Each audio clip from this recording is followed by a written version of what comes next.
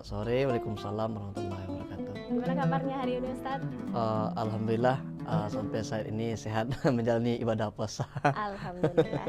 Ustadz, ini ada beberapa pertanyaan dari Tribuners nih Ustadz. Iya, oke. Pertanyaan pertama itu, apa makna mendalam dari 10 hari kedua Ramadan bagi umat muslim Ustadz? Oh ya, baik. Begini. Memang ada sebuah riwayat yang mengatakan terkait tentang bahwa Ramadan itu dibagi kepada 3 fase. Ada 10 pertama, 10 kedua, dan juga 10 ketiga. 10 pertama itu seperti yang dikatakan adalah bulan rahmat, atau 10 hari pertama itu rahmat, 10 hari kedua itu ampunan, yang 10 hari ketiga terbebasnya dari api neraka. Tapi kalau melihat dari hadis ini, riwayat ini itu lebih kepada doif. Kenapa demikian? Karena untuk keutamaan 10 hari pertama, 10 hari kedua, dan 10 hari ketiga itu sebenarnya tidak ada keutamaan khusus. Artinya apa? Bahwa memang bulan Ramadan itu kata Nabi, man shoma ramadhana imanan wahtisaban ghufira lahu ma taqaddama min zambi. Jadi barang siapa yang berpuasa dengan iman dan perhitungan, maka akan mendapatkan ampunan atas dosa-dosanya yang telah lalu. Itu memang janji Allah. Jadi artinya bulan Ramadan itu, selama bulan Ramadan ia melakukan aktivitas-aktivitas ibadah, itu insya Allah akan diberikan oleh Allah ampunan nanti setelah ibadah Ramadan itu habis. Jadi kalau untuk kita tanya terkait tentang apa sih amalan khusus atau khususnya di 10 hari kedua, kalau khususnya mungkin tidak ada. Memang ada riwayat mengatakan seperti itu, tetapi riwayatnya seperti itu lebih dikenal kepada dhaif atau lemah dari segi periwayatnya. Artinya apa? Bulan Ramadan itu selama sebulan penuh itu penuh dengan ampunan. Itu penuh dengan ibadah-ibadah yang amal-amalannya itu dilipat gandakan oleh Allah di dalamnya. Jadi makanya di bulan Ramadan itu, di bulan Ramadan maksimalkanlah kita untuk melakukan aktivitas-aktivitas ibadah yang bisa kita lakukan, yang kita manfaatkan, baik ibadah-ibadah yang ringan maupun ibadah-ibadah yang terasa sulit seperti sholat malam. Itu harusnya kita lebih diutamakan di bulan Ramadan. Jadi itu terkait tentang 10 hari kedua atau 10 hari pertama dan 10 hari ketiga. Artinya itu tidak ada yang terkhusus di bulan Ramadan. Selama 1 bulan penuh itu disebut sebagai bulan ampunan, pahala dilipat gandakan di dalamnya.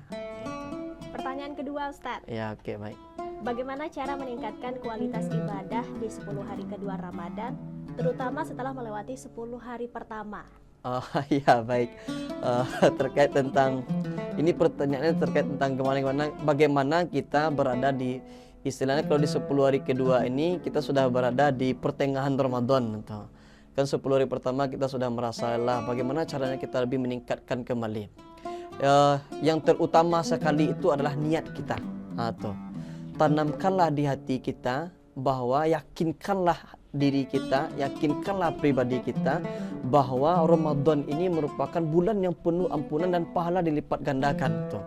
Kalau kita yakin dengan hal itu, maka kita akan menjadikan diri kita ini lebih termotivasi untuk meningkatkan kualitas amal-amal ibadah dalamnya.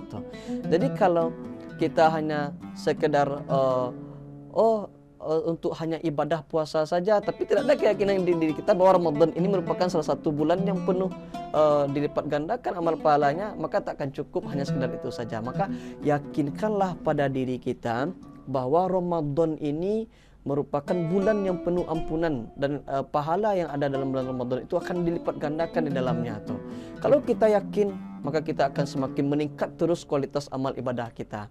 Jadi tak hanya tahu saja, kita harus meyakinkan diri kita untuk memotivasinya agar kualitas amal ibadah kita itu di bulan Ramadan semakin meningkat, semakin harinya, apalagi sampai ke ujung nanti Ramadan. Itu yakinkanlah pada hati kita.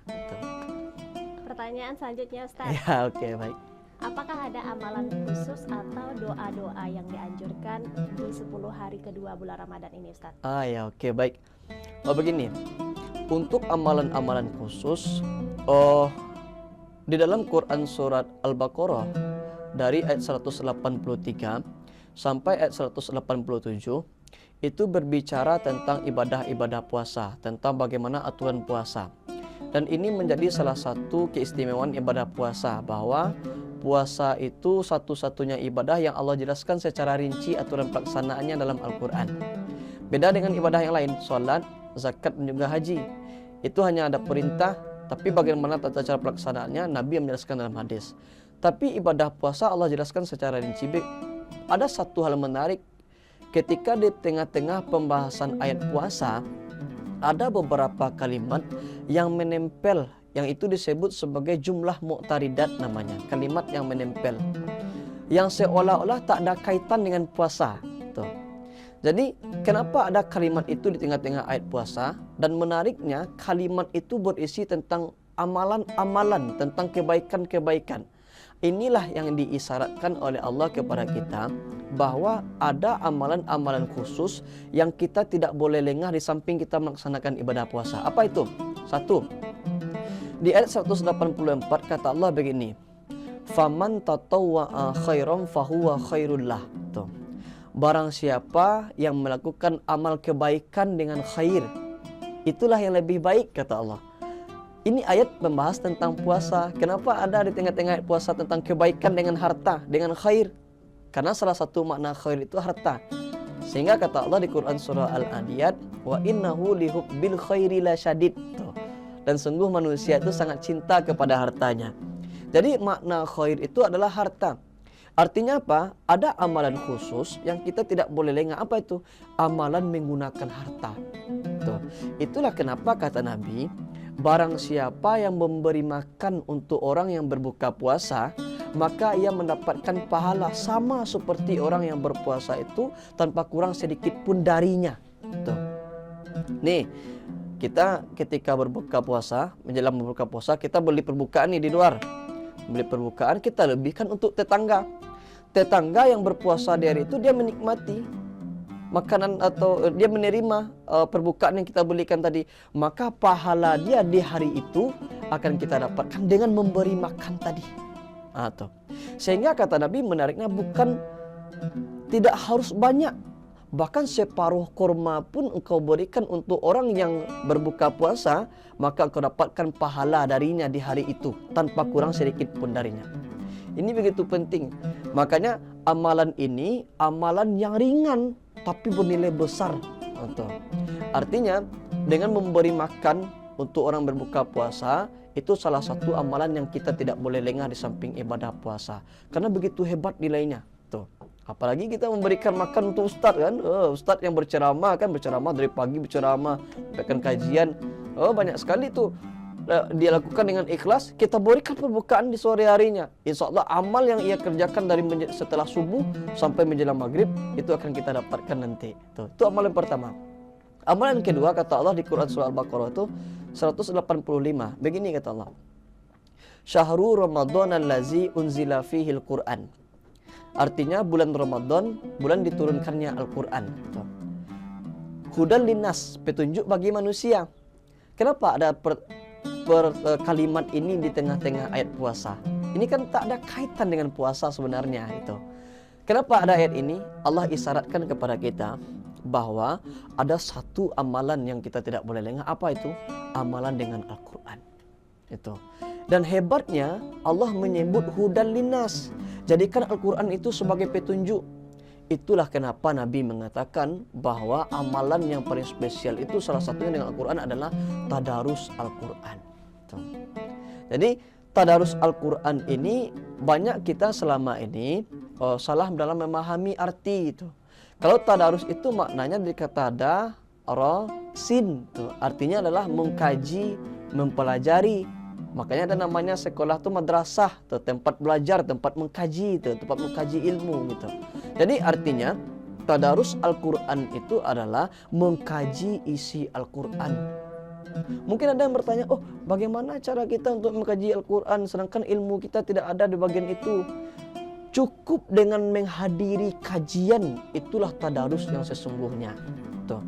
Bukan dilarang kita punya target khatam Quran 3 kali dalam selama Ramadan, boleh.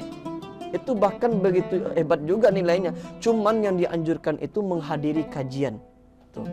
mendengarkan kajian-kajian di bulan Ramadan, itulah yang disebut dengan tadarus Al-Quran. Tuh. Dibacakan ayat, dibacakan terjemahan, dan dibacakan maksud ayat, disimak oleh jamaah. Itulah tadarus yang sesungguhnya, sehingga jamaah ngerti, oh ini maksud dari ayat, itulah yang dimaksud dengan tadarus yang sesungguhnya. Hadirlah. Tuh. Yang ketiga, amalan-amalannya. Kata Allah di ayat 186 begini, wa iza sa'alaka ibadi anni fa inni qarib. Tuh. Dan apabila hamba-hambaku bertanya kepadamu Muhammad tentang aku, katakanlah aku dekat. Kata Allah, ujibu da'watad da'i iza da'an. Allah akan kabulkan doa-doa orang-orang yang memohon kepadamu. Kepadaku, kata Allah. Artinya apa? Apa kaitan dengan puasa? Kan tidak ada kaitan. Ayat membahas tentang puasa, tapi tengah-tengah ayat Allah menceritakan tentang keberadaan dirinya. Tuh. Dan Allah meminta kita untuk berdoa. Isyarat yang Allah berikan kepada kita bahwa ada satu amalan yang kita tidak boleh lengah di samping kita melaksanakan ibadah puasa. Apa itu? Amalan dengan memperbanyak doa. Itulah kenapa kata Nabi bahwa orang yang berpuasa itu berbanyaklah doa. Waktu yang mustajab bagi orang yang berpuasa itu untuk berdoa, kata Nabi, adalah ketika dekat hendak berbuka puasa. Kenapa? Karena manusia berada di puncak laparnya, Allah dekat dengan orang yang berada di puncak laparnya itu, maka mintalah doa perbanyak, kata Nabi. Jadi ayat ini berkaitan dengan hadis Nabi. Tetapi hebatnya, ini setan yang bekerja. Waktu hendak berbuka puasa itu yang harusnya kita bisa untuk berdoa, tetapi kita diiring atau dihasut untuk keluar membeli perbukaan. Sehingga ramai di luar. Balik nanti ketika waktu azan maghrib. Sehingga sampai di rumah tak ada lagi waktu kita untuk berdoa. Ini cara setan sesungguhnya. Padahal waktu itu waktu yang mustajab untuk kita berdoa. Betul. Tetapi setan pandai. Hasut kita keluar beli perbukaan bersama-sama bersama keluarga, sehinggalah balik nanti ketika waktu maghrib masuk. Tuh. Harusnya ini kita manfaatkan amalan-amalan ini. Waktu yang paling mustajab itu adalah ketika dekat hendak berbuka puasa. Perbanyaklah doa. Terakhir, amalan yang kita tidak boleh lengah itu di Al-Baqarah ayat 187. Ini ayat membahas tentang ayat puasa. Di penghujung ayat ini, ujung ayat nih, akhir ayat membahas tentang puasa. Kata Allah, wa antum akifuna fil masajid. Tuh, di ujung ayat 187. Allah berbicara tentang duduk di masjid. Pertanyaannya, kenapa ayat atau kalimat atau redaksi ini itu tidak diletakkan oleh Allah di ayat 184 tuh, atau 185 tuh, atau 180 atau 186 tuh. Kenapa di 187 dan di ujung ayat? Ini bukan kebetulan kenapa Allah meletakkan terkait tentang duduk di masjid di akhir ayat yang membahas tentang puasa. Isyarat yang Allah berikan kepada kita bahwa kalaulah semakin hujung Ramadan, semakin habis Ramadan, maka perbanyaklah duduk di masjid. Tuh. Itulah yang disebut sebagai amalan iktikaf. Tuh. Itulah kenapa Aisyah bercerita, Nabi kalau 10 malam terakhir mengencangkan ikat pinggangnya, dia tidak pulang lagi ke rumah menemui istrinya. Artinya apa? Nabi perbanyak duduk di masjid. Tuh. Jadi ada 4 amalan-amalan kita di bulan Ramadan ini itu. Dari 4 amalan ini, tuh memberi makan untuk orang berbuka puasa, tidak harus banyak. Cukup sebiji korma, separuh korma kata Nabi, itu kau dapatkan pahala dari orang yang berpuasa itu. Yang kedua, menghadiri kajian. Itulah tadarus yang sesungguhnya. Menghadiri kajian sehingga kita paham makna ayat, maksud ayat. Oh, asbabun nuzulnya. Oh, maksud ayatnya ini. Sehingga kita paham, itulah tadarus yang sesungguhnya. Yang ketiga, memperbanyak doa.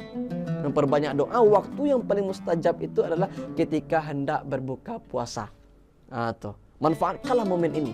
Ada yang keempat adalah iktikaf. Ini ada 4 amalan. Maka mulai hari ini pilihlah salah satu di antara 4 amal ini agar kita tidak lengah. Jangan sampai Ramadan kita dari tahun ke tahun tidak ada peningkatan, tidak ada perubahan, hanya seperti itu saja setiap tahunnya. Maka dari 4 amalan ini pilihlah salah satu. Kau nak bisa keempat-empatnya, atau nak bisa salah satu, 2 di antara itu. Tuh. Untuk agar kita di bulan Ramadan ini, Ramadan kita tidak menjadi Ramadan bagaimana Ramadan yang sebelumnya. Artinya Ramadan tahun ini itu lebih meningkat daripada Ramadan sebelumnya dengan melakukan amalan-amalan ini. Pilihlah salah satu di antara yang 4 ini. Tuh, itulah amalan terkait tentang di bulan Ramadan yang kita tidak boleh lengah. Itu. Pertanyaan terakhir Ustaz. Oke, baik. Tips untuk menjaga konsistensi dan meningkatkan kualitas ibadah selama bulan Ramadan. Ya, oke, baik. Bagaimana tips agar kita konsisten dalam melaksanakan ibadah di bulan suci Ramadan itu? Begini, cara kita konsisten itu yang pertama adalah dia kembali kepada niat kita tadi. Yakinkanlah bahwa Ramadan ini Ramadan terbaik buat kita itu. Maka kita harus menjaga kualitas amal-amal ibadah kita. Yang kedua, caranya adalah untuk membiasakan suatu ibadah itu di setiap harinya. Karena kalau sesuatu yang kita tahu tanpa adanya proses pembiasaan, itu tak akan bisa kita. Itu. Jadi bagaimana kita supaya bisa konsisten, biasakan terus, paksa diri kita untuk membiasakannya. Kalau biasanya di luar Ramadan kita hanya subuh itu di rumah saja, maka di bulan Ramadan ini paksa diri kita untuk hadir ke masjid berjamaah, atau paksa diri kita untuk melaksanakan sholat duha, paksa diri kita untuk meluangkan waktu agar membaca Al-Quran tuh. Dengan terpaksa itulah awalnya menjadi biasa, yang jadi biasa tadi dengan sudah kita melakukan secara rutinitas sehingga menjadi terbiasa.